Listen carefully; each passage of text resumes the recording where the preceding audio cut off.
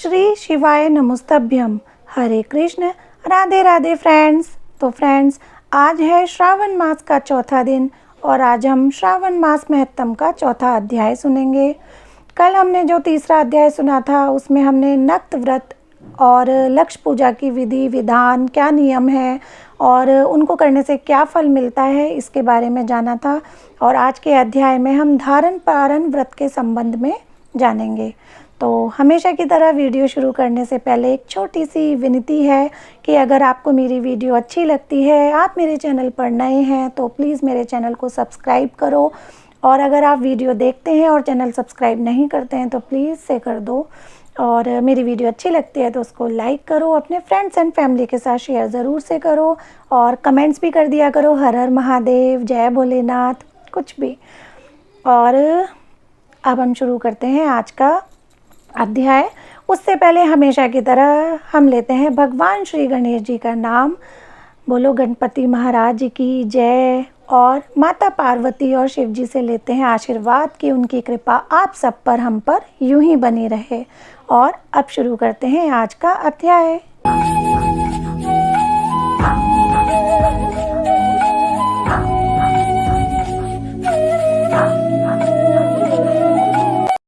भगवान सदाशिव ने श्री सनत कुमार जी से कहा, हे ब्रह्मपुत्र, अब मैं तुम्हें धारण पारण व्रत के संबंध में बतलाऊंगा।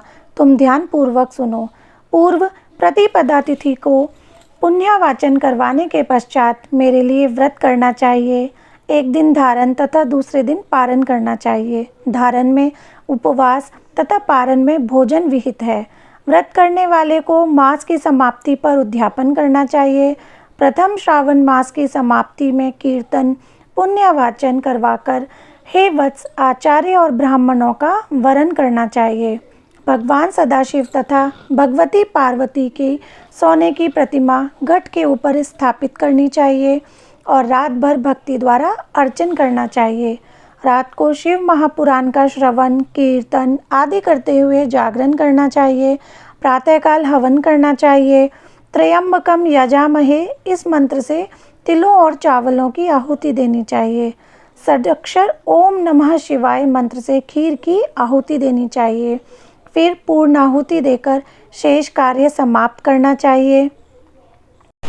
ब्रह्मभोज करवाकर आचार्य का पूजन करना चाहिए। हे योगीश, इस प्रकार व्रत को करने से मनुष्य ब्रह्म हत्या आदि पापों से मुक्त हो जाता है। इसमें रत्ती भर भी संदेह की गुंजाइश नहीं है।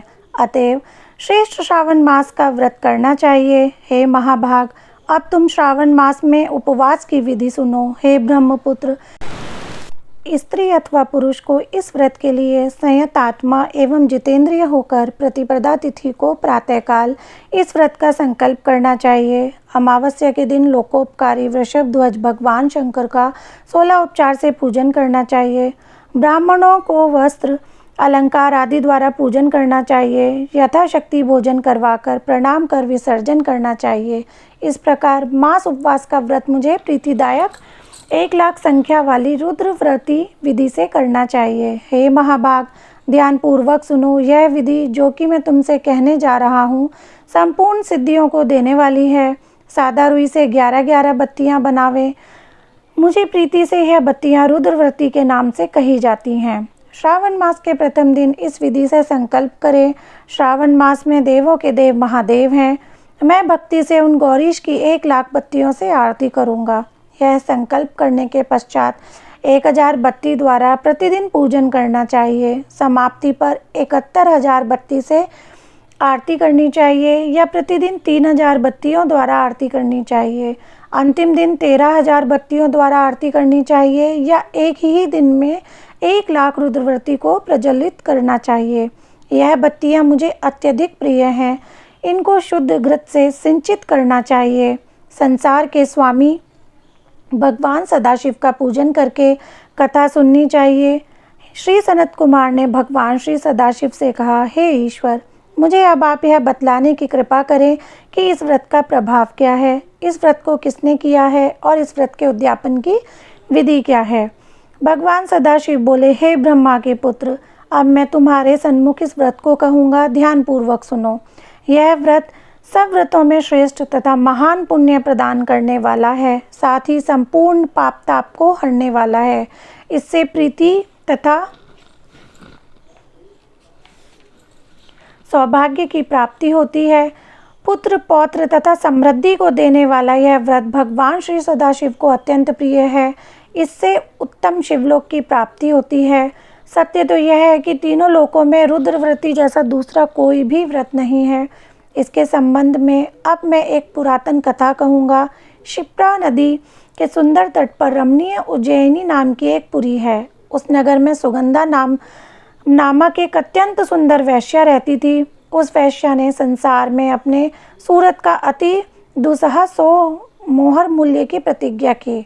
उसने युवा पुरुषों तथा ब्राह्मण कुमारों को का धर्म भ्रष्ट किया, बार बार बहुत से राजाओं तथा राजकुमारों को बिगाड़ा, उनके भूषण आदि छीनकर उनको बुरी तरह से अपमानित करके अपने घर से निकाल दिया।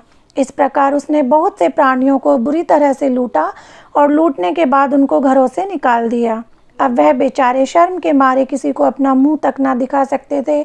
उसके नाम के अनुसार उसके शरीर की सुगंध 1 कोस तक जाती थी। उसके रूप की चारों ओर चर्चा थी। गायन विद्या से संबंधित वह 6 राग तथा 36 रागिनियों में पूर्णतः दक्ष थी। नृत्य व रंभा आदि देवांगनाओं से भी अच्छा जानती थी। चाल का यह हाल था कि हस्ती और हंस की चाल को भी मात करती थी। हे ब्रह्मपुत्र, एक दिन वह वैश्या क्षिप्रा नदी के तट पर गई और उसने कई ब्राह्मणों को भजन, जप, ध्यान, शिवार्चन तथा विष्णु अर्चन में लीन देखा। हे योगीश, ब्राह्मण मंडल के मध्य में उसने महर्षि वशिष्ठ को ध्यान में संलग्न देखा। केवल उनके दर्शन से उसकी बुद्धि परिवर्तित हो गई। जीवन तथा विषयों से मन हट गया। उसने महर्षि को बारंबार प्रणाम करके अपने पाप कर्मों के नाश का उपाय पूछा। उसने पूछा, प्रभु, मैंने आज तक बहुत पाप किए हैं। हे विपेंद्र, आप मुझे उन पापों के नाश का उपाय बतलाइए। भगवान सदाशिव ने श्री सनत कुमार से कहा। महर्षि वशिष्ठ ने उस वैश्या की बात सुनकर उससे कहा, तुम मेरी बात ध्यानपूर्वक सुनो। मैं अब तुम्हारे सन्मुख उस उपाय को कहूँगा जिससे कि तुम्हारे समस्त पापों का नाश हो सकता है। हे भद्रे, तुम त्रैलोक्य प्रसिद्ध वाराणसी में जाकर दुर्लभ रुद्रव्रती नामक व्रत करो। यह व्रत महान पुण्य देने वाला तथा शिव की भक्ति में मन को लगाने वाला है। हे भद्रे, इस व्रत के करने से ही तुम्हारी उत्तम गति हो सकती है। भगवान सदाशिव ने श्री सनत कुमार से कहा। महर्षि वशिष्ठ के वचन सुनकर सुगंधा अपना खजाना, नौकर चाकर तथा मित्रों को लेकर काशीपुरी में पहुंची और उसने महर्षि के आदेशानुसार व्रत को किया। बस फिर क्या था, वह वैश्या पंचभौतिक शरीर को त्याग भगवान शंकर के शरीर में लय हो गई। जो स्त्री इस व्रत को करती है वह जिस वस्तु की भी इच्छा करती है वह उसे अश्वमेघ प्राप्त होती है। हे सनत कुमार, अब तुम मानिक व्रतियों का महात्म्य सुनो। मानिक व्रतियों को व्रत करने से स्त्री मेरे अर्धासन की भागीदार होती है। वह स्त्री महाप्रलय के अंत तक मेरी प्रिया होकर निवास करती है। अब हे मुने, मैं व्रत पूर्ति के लिए इसकी व्रतोद्यापन विधि बतलाऊंगा। मनुष्य को चाहिए कि पार्वती सहित भगवान श्री सदाशिव की प्रतिमा को स्थापित करे। भगवान सदाशिव की प्रतिमा सोने की तथा नंदी की प्रतिमा चांदी की होनी चाहिए। यथाविधि पूजन करके रात्रि में जागना चाहिए। प्रातःकाल नदी में स्नान करना चाहिए। भक्ति द्वारा आचार्य का वरण करना चाहिए। 11 ब्राह्मणों द्वारा घी, पायस एवं बिल्व हवन कराना चाहिए अथवा रुद्र सूक्त, रुद्र गायत्री या मूल मंत्र द्वारा हवन करना चाहिए। पूर्ण आहुति कर आचार्य आदि की पूजा करके 11 सपनिक श्रेष्ठ ब्राह्मणों को भोजन करवाना चाहिए। इस प्रकार जो भी स्त्री व्रत करती है वह संपूर्ण पापों से मुक्त हो जाती है। यथाविधि कथा सुनकर स्थापित सामग्री, घट, प्रतिमा आदि आचार्य को समर्पित करनी चाहिए।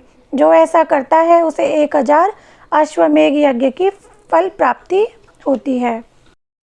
तो फ्रेंड्स, यहाँ समाप्त होता है श्रावण मास महत्तम का 4था अध्याय और कल हम सुनेंगे 5वां अध्याय।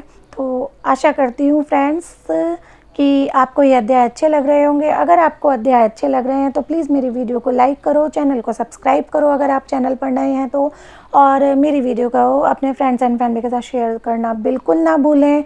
और कमेंट्स में हर हर महादेव, जय भोलेनाथ, जय पार्वती माता की। ऐसे कमेंट्स ज़रूर से करो। और अब मैं मिलती हूँ आपसे कल एक नई वीडियो, एक नए अध्याय के साथ। तब तक के लिए हर हर महादेव, हरे कृष्ण, राधे राधे।